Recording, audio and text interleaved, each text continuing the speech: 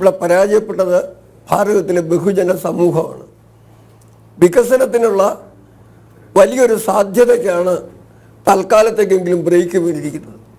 വികസനത്തിൻ്റെ പരിപ്രേക്ഷ്യവുമായിട്ട് ഒരു രാഷ്ട്രീയം കഴിഞ്ഞ 10 വർഷമായിട്ട് ഭാരതത്തിൽ മുന്നോട്ട് വെച്ച ഒരു ഭരണാധികാരിയുടെ ആ വേഗത കുറയ്ക്കുന്നതിന് വർഗീയ ചേരിതിരിവ് വളമൊരുക്കി.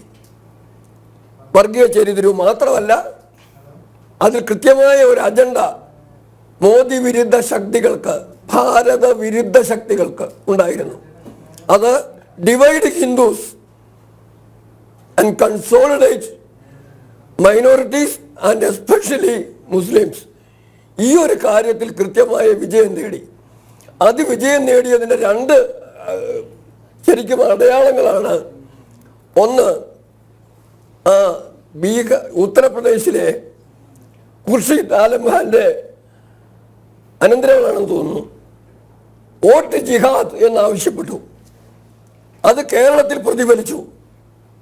അതാണ് ഇദ്ദേഹം ഇതുവരെ പറഞ്ഞതിന് എനിക്കൊരു അഭിപ്രായം പറയാനുള്ളത്. കേരളത്തിൽ അത് കേട്ടത് എവിടെയാണ്? തലശ്ശേരിയിൽ. തലശ്ശേരിയല്ലല്ലോ, വടകര. അവിടെ എന്താ കണ്ടത്? 5 നേരം നിസ്കരിക്കുന്ന ദീനിയായിട്ടുള്ള റാഫിയുള്ളപ്പം എന്തിന് ശൈലജയ്ക്ക് വോട്ട് കൊടുക്കണമെന്ന് ചോദിച്ചു. ആ ഒരു തരത്തിലുള്ള വേർതിരിവുണ്ടല്ലോ. വോട്ട് ജിഹാദ് ഉത്തർപ്രദേശിൽ കേട്ടത്, ഇവിടെ കണ്ടത്. അവിടെയാണ് ഭാരതത്തിൻ്റെ രാഷ്ട്രീയ ചരിത്രം മാറിയത്. ആ ചരിത്രം മാറിയെന്ന് ഇപ്പോഴും പറയാറായിട്ടില്ല.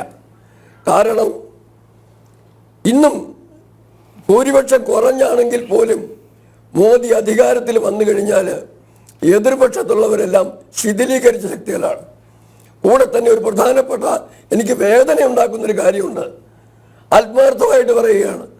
അത് മോദിയുടെ പുറകോട്ട് പോകലിനെക്കാട്ടി കൂടുതൽ ഭാരതത്തിൻ്റെ രാഷ്ട്രീയ മേഖലയിൽ നിന്ന് ഇടതുപക്ഷം, തൊഴിലാളി വർഗ താല്പര്യം കാണിക്കുന്ന ഇടതുപക്ഷം ഇല്ലാതായി പോകുന്നതിൽ എനിക്ക് വേദനയുണ്ട്. ആ വേദനയ്ക്ക് കാരണവുമുണ്ട്. പണ്ട് ഭാരതവും പാകിസ്ഥാനും പിരിഞ്ഞപ്പം പാകിസ്ഥാനിലേക്ക് പോകേണ്ടി വന്ന കമ്മ്യൂണിസ്റ്റ് സഖാക്കൾക്ക് അവിടെ ഉണ്ടായ അനുഭവത്തിൽ നിന്ന് ഇന്ത്യയിലെ കമ്മ്യൂണിസ്റ്റുകാർ പഠിച്ചില്ല. അതുപോലെ തന്നെ 2009 2004 തൊട്ട് ഒന്നിച്ച് വർക്ക് ചെയ്യുന്നതാണ്. ആ മൻമോഹൻ സിംഗ് സർക്കാരിനെ ഒരു അഭിപ്രായ വ്യത്യാസം ഉണ്ടായി പിന്തുണ പിൻവലിച്ച ശേഷം അവിടെ നിന്ന് ആരംഭിച്ചില്ലേ ഇവരുടെ പരാജയത്തിൻ്റെ ആരംഭം.